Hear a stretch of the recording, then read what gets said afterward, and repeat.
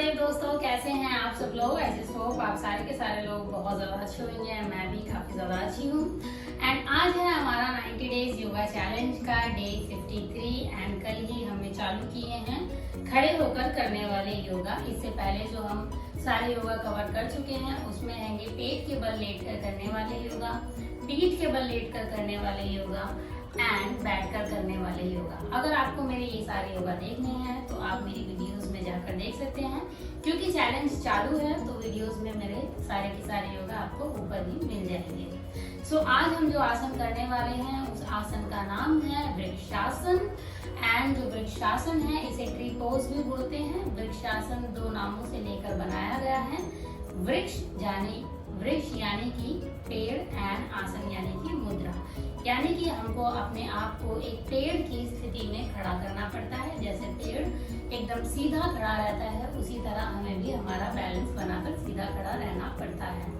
सो tree pose क्या है, इसको कैसे करते हैं, इसके क्या फायदे हैं एंड किसको करना चाहिए किसको नहीं, वो सब कुछ जानेंगे हम इस एक वीडियो में।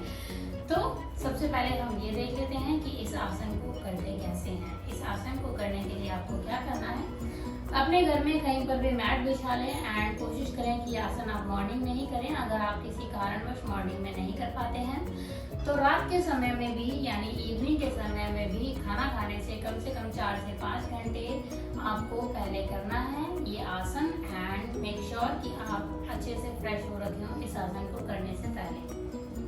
सो इस आसन को कैसे करते हैं चलिए वो देख लेते हैं। आप अपने घर में किसी भी मैट पे खड़े हो जाइए। देन उसके बाद आपको ये दोनों पैरों से रिपीट करना है। हम पहले राइट पैर से रिपीट कर लेते हैं, लेफ्ट पैर से रिपीट कर लेते हैं। एक काम करते हैं, हमको इतना लेफ्ट पैर लेना है, ठीक है। एंड लेफ्ट पैर का ये जो तलवा है इसको हमें अपने राइट पैर के जांघ पर रखना है एंड राइट पैर से हमको बैलेंस बना कर रखना है कुछ इस तरीके से। तो हमने ये तलवा लिया, राइट पैर की जांघ पे रखा एंड हमें क्या करना है, अपने देखा बैलेंस बना कर रखना पड़ता है। तो पहले मैं कर लेती हूँ एंड दोनों हाथों से हमको इस आसन में बने रहना है एंड कोशिश करनी है कि हम इस अवस्था में बने रहें। जैसे कि वृक्ष एकदम स्ट्रेट खड़ा रहता है ऐसे ही हमें भी एकदम स्ट्रेट खड़े रहना है। जैसे वृक्ष अपना बैलेंस नहीं खोता है ऐसे ही हमें भी अपना बैलेंस नहीं खोना है। सो इस आसन को ऐसे करते हैं। अभी मैं आपको दूसरी साइड से भी करके दिखा देती हूँ। यहाँ पे बहुत, क्योंकि मेरा जो मैट है बहुत ज्यादा गुदगुदा है, पैर अंदर फंस रहे हैं, तो किसी ऐसे मैट पर खड़े हों जो ज्यादा ना दबे, ठीक है। सो इसके बाद हम दूसरे पैर से भी इसको रिपीट कर लेते हैं। सो रिपीट करने के लिए हमको क्या करना है, अपने पैर को एकदम यहाँ जांघ पे एकदम करीब लेकर आना है। घुटनों के पास नहीं रखना, जांघ पे रखना है, ऊपर की साइड रखना है। देन हाथों से नमस्ते मुद्रा में आ जाना है। जिनका हाई बीपी हो उन लोगों को यहाँ पर नमस्ते मुद्रा करनी है। लेकिन अगर आप हाई बीपी के पेशेंट नहीं है, उच्च रक्तचाप के पेशेंट नहीं है, तो आपको आपका नमस्ते आसन यहाँ पर करना है, ठीक है। तो यहाँ पे करना है कुछ देर तक इसी अवस्था में बने रहना है। जितनी देर तक आप इस अवस्था में बने रहेंगे उतनी देर तक आपको फायदा होगा, क्योंकि ये आपका कंसंट्रेशन बढ़ाने में काफी ज्यादा मदद करता है। चलिए अब इसके फायदे जान लेते हैं। इसके करने से पहले कौन से आसन करते हैं पहले वो बता देती हूँ। इसको करने से पहले आपको करना चाहिए वीरभद्रासन एंड बद्धकोणासन। सो बद्धकोणासन जो है मैं ऑलरेडी कर चुकी हूँ, अपने वीडियो बना रही थी जब मैं अपने वर्कआउट की, तो उसमें मैंने अभी जस्ट बद्धकोणासन किया है। तो इसको करने से पहले आपको बद्धकोणासन करना चाहिए। इसको करने के बाद आप नॉर्मली कोई भी खड़े होकर करने वाले आसन कर सकते हैं, जैसे कि पादहस्तानासन या फिर कोई भी खड़े होने वाले या फिर प्रणाम आसन भी आप कर सकते हैं, ठीक है।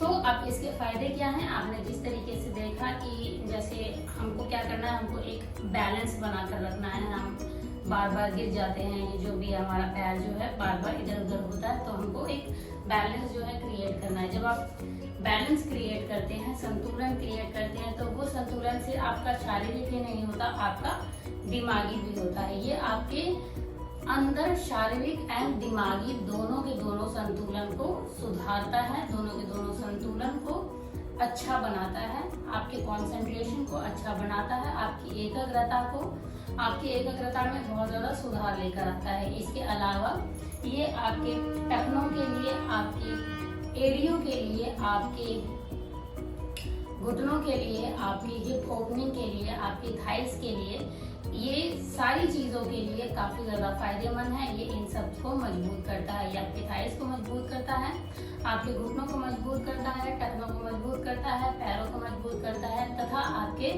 जो कूल्हों की जो जोड़ होते हैं उनके बीच की जो हड्डी होती है उसको लचीला बनाने में भी काफी ज्यादा मदद करता है। ये आपकी रीढ़ की हड्डी को सीधा रखने में काफी ज्यादा मदद करता है। इसके अलावा ये रीढ़ की हड्डी को मजबूत बनाने में भी काफी ज्यादा मदद करता है। ये सिर्फ आपकी शारीरिक ही क्षमता को नहीं बढ़ाता है, ये आपकी दिमागी क्षमता को भी बढ़ाता है।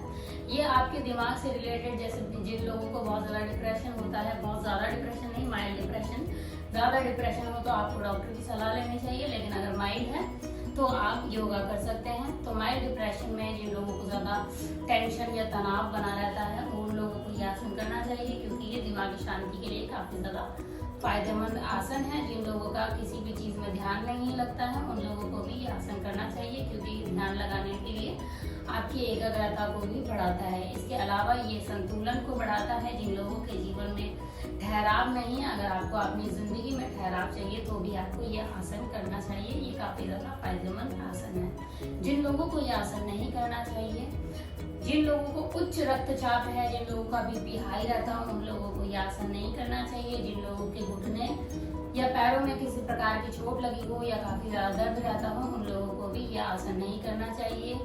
जिन लोगों को वर्टिगो या फिर नींद में मतलब चक्कर आने की प्रॉब्लम या फिर